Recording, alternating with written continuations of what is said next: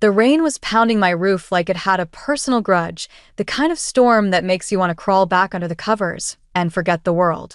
I was sprawled on my couch in Crestview, Colorado, in my favorite faded Broncos hoodie, scrolling through design gigs on my laptop, when a knock cut through the thunder. My name's Jenna Perez, and I'm a freelance graphic designer who thought she'd left drama behind in Denver. That night, though, drama found me. I shuffled to the door, expecting a neighbor begging for sugar or maybe a lost delivery guy. Instead, I opened it to a baby carrier, soaked through, sitting on my porch like some forgotten package. Inside was a tiny bundle wrapped in a pink blanket, her dark eyes staring up at me, silent and steady, like she was sizing me up. My heart stopped. "Hello!" I shouted into the storm, but all I got back was the screech of tires peeling out down the street. A soggy note was tucked into the carrier, flapping in the wind. I grabbed it, my hands shaking as I read the words in my sister Claire's jagged handwriting. "I can't do this. She's yours now, Jenna, Claire." My older sister, the one who'd always been a whirlwind of chaos, parties, bad boyfriends, and a knack for disappearing when things got tough. Growing up in Denver, our parents were all about their country club image, their perfect Sutton family facade. Claire was the rebel, always in trouble, while I was the quiet one, sketching in my room, trying to stay invisible. I'd moved to Crestview to escape their judgment, their coldness, and Claire's messes. But now, here was her baby, left in the rain like a stray dog. I brought the carrier inside, my tiny living room feeling smaller by the second. The baby wasn't crying, which freaked me out more than if she had been. She just watched me, like she knew I was in over my head. "Okay, Jenna, think," I muttered, pacing past my cluttered desk and half-dead houseplants. I didn't know Claire was pregnant. She hadn't called in months. Hospital? Police? Our parents? God, the thought of calling them made my stomach twist. They'd disowned Claire when her addiction got bad, and they'd always treated me like a disappointment for choosing a bohemian life over their high society world. I dialed my mom anyway, my fingers clumsy on the phone. She picked up, her voice sharp. "Do you know how late it is?" "Mom, Claire left her baby on my doorstep. There's just a note. I don't know what to do." Silence. Then, "Well, Jenna, I suppose she's your responsibility now." "What?" "Mom, I can't. Your sister made her choice." She cut in, cold as ever. "We can't have this scandal getting out. Handle it quietly. Put Dad on. He's asleep. Don't raise your voice at me, Jenna. This is why Claire couldn't trust you to handle things properly. Be discreet." Click. The line went dead. I stared at the phone, then at the baby, who let out a tiny snuffle, like she was reminding me she was still there. "Just us, huh?" I said, my voice wobbling. I was 25, barely keeping my freelance gigs afloat, and now I had a kid? Panic clawed at me, but those eyes, those big, trusting eyes, kept me moving.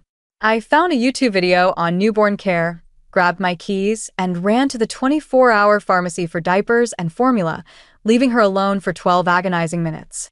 I kept picturing her waking up, crying, with no one there. When I got back, she was still asleep, and I sank to the floor, shaking, promising her we'd figure it out. The next morning, I called in sick to my part-time retail job. My boss wasn't having it. "Family emergency doesn't cut it after probation," she snapped. I lost that job a week later, my savings dwindling as I bought bottles, clothes, and a second-hand crib.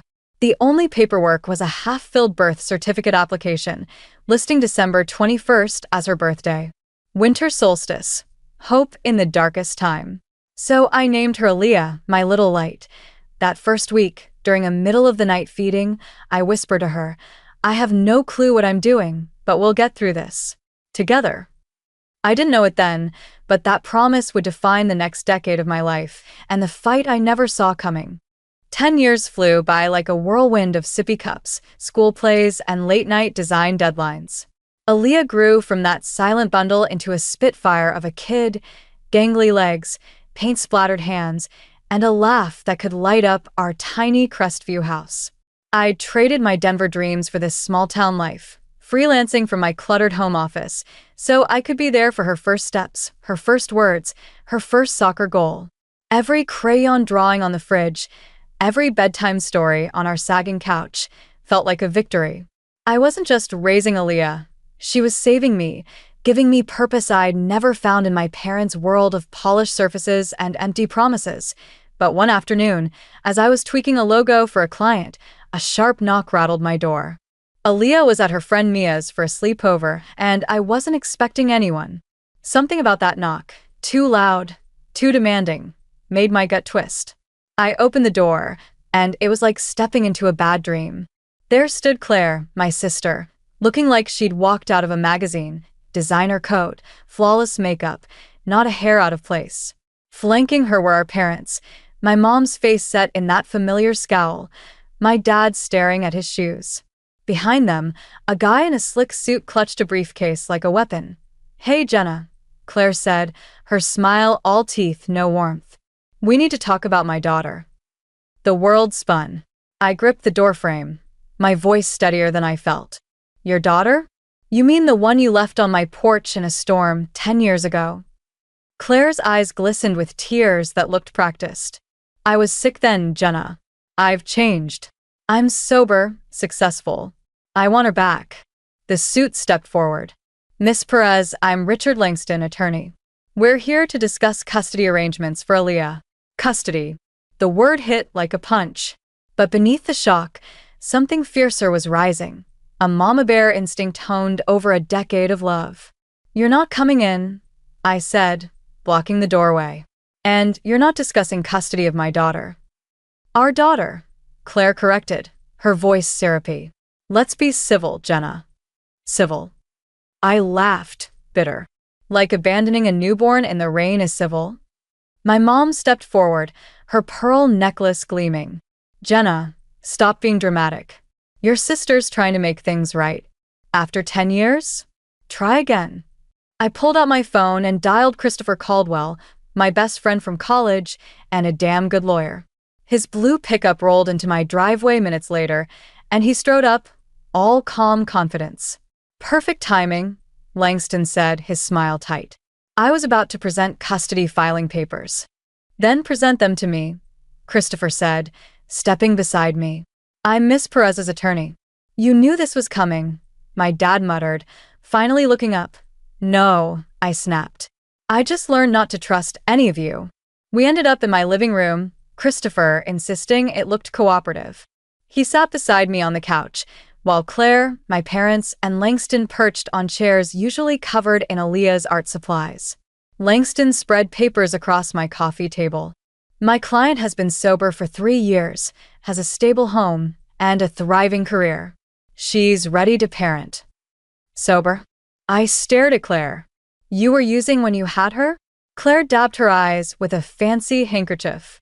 "I was in a dark place. But I'm better now. I can give Aaliyah everything she deserves." "Everything she deserves?" My voice shook.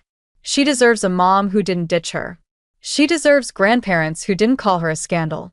She's got straight A's, plays soccer, loves painting. Did you know any of that?" "No, because you've been gone her whole life. We tried to be involved. My mom cut in. You pushed us away." Christopher raised a hand. "Let's stick to facts. You're claiming Jenna alienated Aaliyah from her family. That's a big accusation." "We have proof," Langston said, pulling out more papers. "Refused calls, ignored invitations." "Funny," I said, standing. I walked to my desk, unlocked a drawer, and pulled out a folder thick with 10 years of proof, voicemails, texts, emails. "I've got evidence, too. Every time you ignored her, every time you called her a problem." Claire's face flickered with something. Fear, maybe. "What are those?" "Insurance," I said, "against exactly this." Christopher scanned Langston's papers. "They're requesting full custody, Jenna, with supervised visits for you." "Like hell," I said, my voice low. "Get out. All of you. Christopher handles this now." "You can't keep her from me." Claire stood, her polished mask cracking. "She's my blood." "Blood." I pointed to Aaliyah's paintings on the wall. Where was blood when she had a fever at 2, and I stayed up all night? Where was it for every scraped knee, every school play? You don't get to waltz in now. Langston smirked. We're prepared to go public. The press loves a mom fighting for her stolen child. Stolen. I felt something snap. I've got the note, Claire. Want me to show it to the press? My mom grabbed Claire's arm, steering her out. This isn't over, Jenna. You've always been selfish. They left, Langston's briefcase, swinging like a threat. Christopher stayed, his face grim. They're playing dirty. You ready for this? I pulled out a USB drive, years of documented neglect inside. They have no idea how ready I am. The next few weeks were a blur of late nights and whispered fears. I'd tuck Aaliyah into bed, her galaxy pajamas glowing under the lamp, and she'd ask, Mom, is everything okay? I'd smile, brush her hair back, and say, I'm handling it, kiddo. But inside, I was terrified. Claire and my parents weren't just fighting for Aaliyah. They were fighting for a trust fund my grandma had left for Claire's firstborn, a fortune they could control only if Aaliyah was in their custody. $2 million, accessible when she turned 18, unless they got her now and played trustees. It wasn't about love. It was about money. Christopher, my lawyer, set up shop in his cozy Crestview office, papers and coffee cups piling up. Marcus Tate, the private investigator he'd brought in, was a lifesaver, a gruff guy who ditched Denver's corporate scene to dig up truths. Your sister's been busy, Marcus said one morning, dropping a stack of photos on Christopher's desk. They showed Claire at fancy Denver galas, yacht parties, and exclusive clubs, timestamps spanning all 10 years I'd been raising Aaliyah. She didn't look sick or struggling, just carefree, unburdened by the daughter she'd left behind. There's more, Marcus said, sliding a legal document across the table. My grandma's will. The clause was clear. The trust fund went to Claire's child, raised within the Bennett family. If I kept Aaliyah, they got nothing. If they got custody, they could manage the funds. My hands shook. So this is why. Gets better, Marcus said. Found Claire's fiancé, Derek Voss. He's willing to talk. Says he's fed up with her and your parents' schemes. Set it up, I said. I want everything. That night, Aaliyah came home from Mia's, her face serious. Mia's mom said something weird when she dropped me off. My heart froze. What did she say? She asked if I was okay, if I needed to talk about my real mom. Aaliyah's lip trembled. You're my real mom, right? I pulled her into a hug, breathing in her strawberry shampoo. Always, baby. No matter what anyone says. How do you know about Claire? I asked, pulling back. I heard Grandma on the phone once. She said you stole me. Her eyes filled with tears. That's not true, right? No, sweetheart. You were given to me, the best gift I ever got. I wiped her tears. Some people are trying to make trouble, but I'm fixing it. She nodded, then pulled a drawing from her backpack, a picture of us holding hands, surrounded by a heart. Best mom ever. It read in her careful script. It's for the fridge, she said, and I pinned it up, my throat tight. The next day, I met Derek at a coffee shop outside Crestview. Marcus was there, recorder hidden. Derek, a polished guy in his 30s, looked nervous, fidgeting with his cup. Claire doesn't know I'm here, he said. This custody thing? It wasn't her idea. Your parents pushed it after they found the trust fund clause. Offered to pay for our wedding if she went along. I leaned forward. They said it was about family? He laughed, bitter. It's about money. Always is with them. They're painting you as unstable, saying you took advantage of Claire's addiction to steal Aaliyah. Addiction? My voice hardened. Was she using when she was pregnant? Yeah, he admitted. She got clean 3 years ago when we met. But this trust fund, $2 million, they want it bad. My phone buzzed. A text from Aaliyah. Mom, can you come get me? She was at my parents' for a court-mandated visit. I gotta go, I said. Will you testify? Derek nodded. Aaliyah deserves better than being their pawn. I sped to my parents' Denver mansion, my heart pounding. Aaliyah was on the front steps, hugging her knees. What happened? I asked, rushing up. I found something, she whispered. Inside, I heard my mom yelling, probably at Claire. Aaliyah pulled a photo from her backpack. My parents, Claire, and relatives at a fancy Christmas party, all smiling, no sign of her. There's no pictures of me in their house, she said. And Claire kept calling me sweetheart, but she didn't know I hate vanilla ice cream. You'd think a real mom would know. I knelt in front of her. Listen, sometimes the people who should love us don't know how. That's on them, not you. Back home, our neighbor Marla Evans knocked, her face set. I saw Claire on the news claiming you stole her kid. I was there that night, Jenna. I saw her leave that baby on your porch and drive off in her fancy car. Didn't even check if you were home. My heart raced. You tell a court that? Already called Christopher. I'm meeting him tomorrow. She squeezed my hand. Aaliyah belongs with you. Later, Marcus sent more evidence. Photos of Claire meeting private school heads and financial advisors, planning Aaliyah's future with money she didn't have. Then Gloria Ruiz, my parents' former housekeeper, showed up with photos of their custody plan, drafted months before they came to my door. They fired me for seeing too much, she said. They called you a pretend mom. I won't let them do this. I looked at Aaliyah's drawing on the fridge. Our stick figure hands joined. They wanted to paint me as the villain. Fine. I'd show them what a real villain looked like. The courtroom in Crestview's county courthouse felt like a cage, all polished wood and stiff air. I stood beside Christopher, my hands sweaty, watching Claire, my parents, and their lawyer, Langston, file in like they owned the place. Claire wore a modest dress, playing the repentant mom. My parents sat ramrod straight, oozing respectability. But I wasn't the scared 25-year-old they'd left to clean up their mess 10 years ago. I was Aaliyah's mom, and I had a decade of love and evidence to back me up. All rise, the bailiff called. The Honorable Judge Helen Carter presiding. My heart skipped. Carter was the judge Marcus caught having lunch with Claire. But when she took the bench, her eyes were sharp, not bought.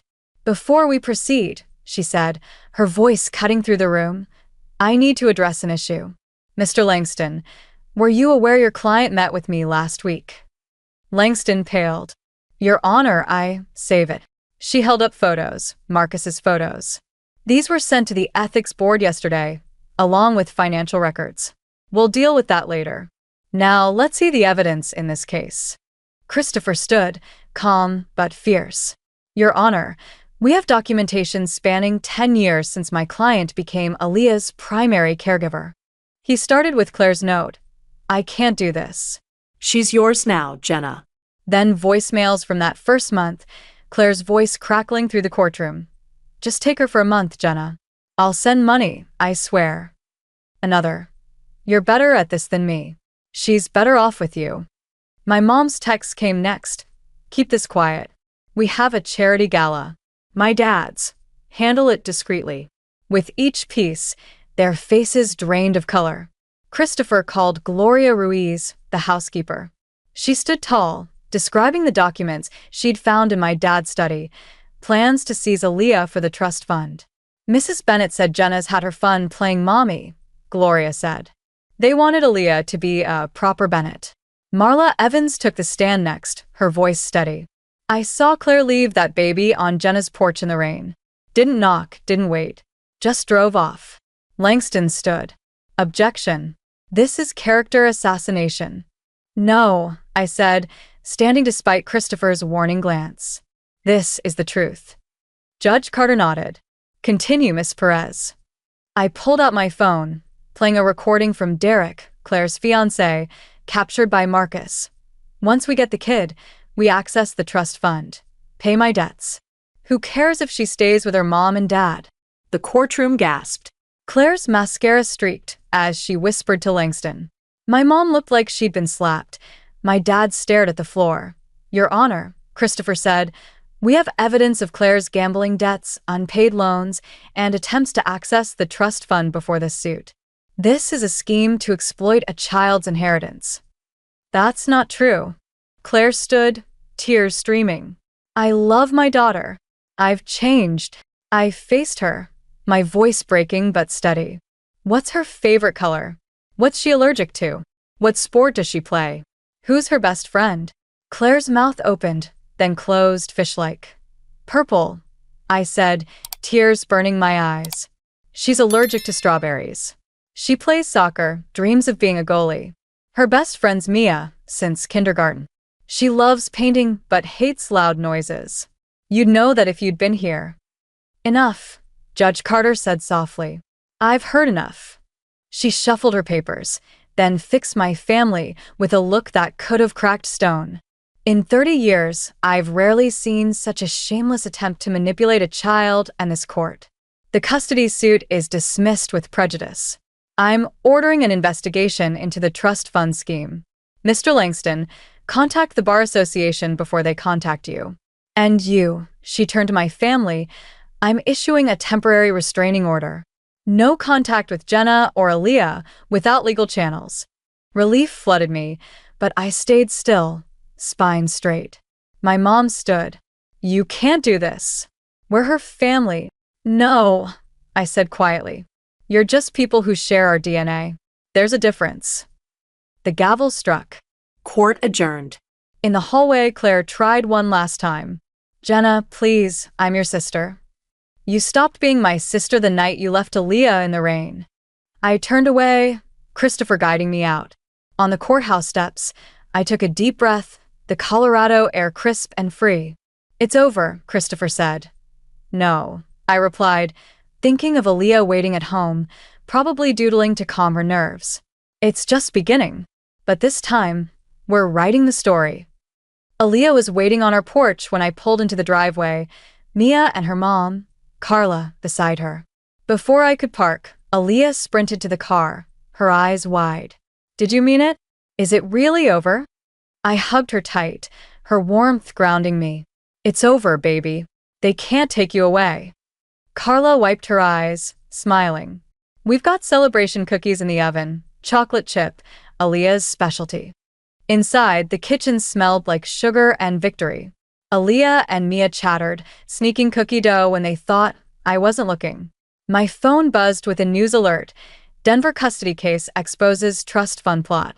My parents' perfect reputation was crumbling. Socialites didn't recover easily from headlines like that. Christopher called with updates. The ethics board was digging into Claire's lunch with Judge Carter. Langston had quit his firm, and the trust fund was being locked down with an independent trustee. Your parents are selling their Denver place, Christopher added. Moving to Florida. Running, I corrected. It's what they do. A crash from the kitchen snapped me back. Aaliyah stood by a broken glass, her phone in hand, face pale. What's wrong? I asked, rushing over. She handed me the phone. A text from Claire. I'm sorry. I know it doesn't fix anything, but you deserve to hear it. Do you want to reply? I asked. Aaliyah shook her head, grabbing a broom. She's right. It doesn't fix anything. That night, after Mia and Carla left, Aaliyah sat at the kitchen table, her face serious, the same look she got before a big soccer game. Mom, I want to ask something. Anything, I said, sitting across from her. She pulled a folder from her backpack, legal forms printed at school. I want to change my name. Legally. I don't want to be a Bennett. I want to be Aaliyah Perez like you. My heart stopped. That's a big decision, kiddo. I've been thinking about it for months, even before they showed up. You chose me. I want to choose you back. All the way. I looked at the forms, remembering all the times I'd wanted to adopt her but held back, worried about crossing some invisible line. You sure? More sure than I've ever been. She grinned. Plus, it'll really bug Grandma. I laughed, tears spilling. That's not a reason to do it. No, but it's a fun bonus. We filled out the paperwork together, talking about her latest art project, how Mia wanted to join the soccer team, her plans for the school talent show. Hey, Mom, she said as I tucked her into bed. Thanks for fighting for me. Always, baby. No matter what. I know, she yawned. That's why you're my real mom. You stayed. After she slept, I sat in our living room, flipping through old photos, Aaliyah's first goal, her first painting, her first wobbly bike ride. Every moment we'd built together, every choice we'd made. My phone lit up with another text from Claire. I know you'll never forgive me, but thank you for giving her what I couldn't. I thought about replying, about telling her what she'd lost, but I blocked her number instead. Words didn't fix a decade of absence. I opened my laptop, pulling up the adoption petition I'd started weeks ago. Now that the custody fight was done, now that Aaliyah had chosen her name, it was time to make it official. A soft creak made me look up. Aaliyah stood in the doorway, rubbing her eyes. Can't sleep? She shook her head and curled up beside me. What's that? I showed her the screen. Her eyes widened. Really? You want to adopt me? Only if you want it. But yeah, I want to make it official in every way. She threw her arms around me. When can we do it? We'll talk to Christopher tomorrow. Start the process. Good, she said, already drifting off. Because I've known since I was little. You're my mom. The universe got it right the first time. I held her close, thinking about that rainy night, the courtroom, the love we'd chosen over and over. Family isn't always born. It's made, fought for, chosen every day. And we'd chosen each other through every storm, every fear, every victory. To everyone who followed this journey, thank you. You've walked with me through panic, fights, and the kind of love that holds you together when the world tries to tear you apart. If this story moved you, hit that subscribe button and join us, where every moment, every choice tells a story of heart, home, and never giving up. Keep building your own family, whatever it looks like, and I'll meet you in the next fight for what matters.